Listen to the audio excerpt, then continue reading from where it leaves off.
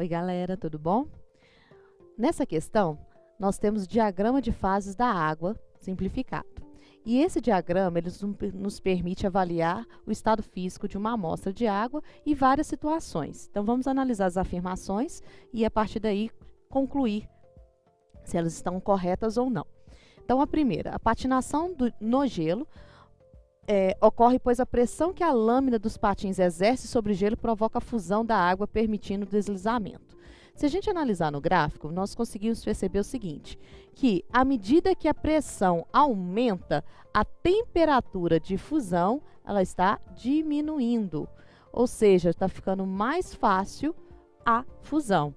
E, portanto, a água passa para a fase líquida, o que reduz o atrito e permite o deslizamento. Então, é exatamente isso que acontece. O aumento da pressão facilita a fusão da água, o que forma uma fina película de líquido sobre a superfície do gelo, permitindo o deslizamento. Essa afirmação está correta.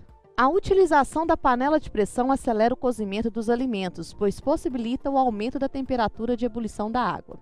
De acordo com o diagrama, a gente verifica o seguinte, que à medida que eu vou aumentando a pressão, a temperatura de ebulição ela está aumentando, lembrando que os pontos em cima da curva é que indicam a mudança de fase, nesse caso de líquido para vapor.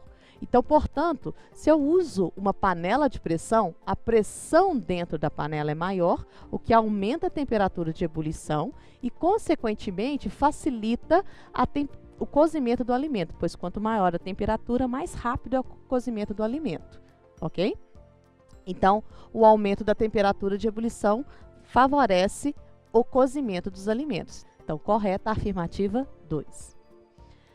A água apresenta menor temperatura de ebulição em Caxias do Sul, Rio Grande do Sul, comparada à cidade localizada no nível do mar, onde a pressão atmosférica é maior.